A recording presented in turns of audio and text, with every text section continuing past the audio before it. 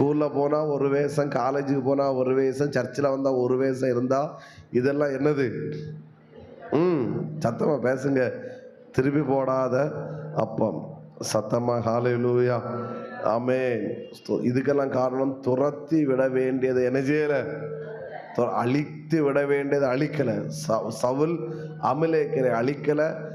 நாளடைவில் அமலேக்கியராலே சவுல் கொல்லப்பட்டான்.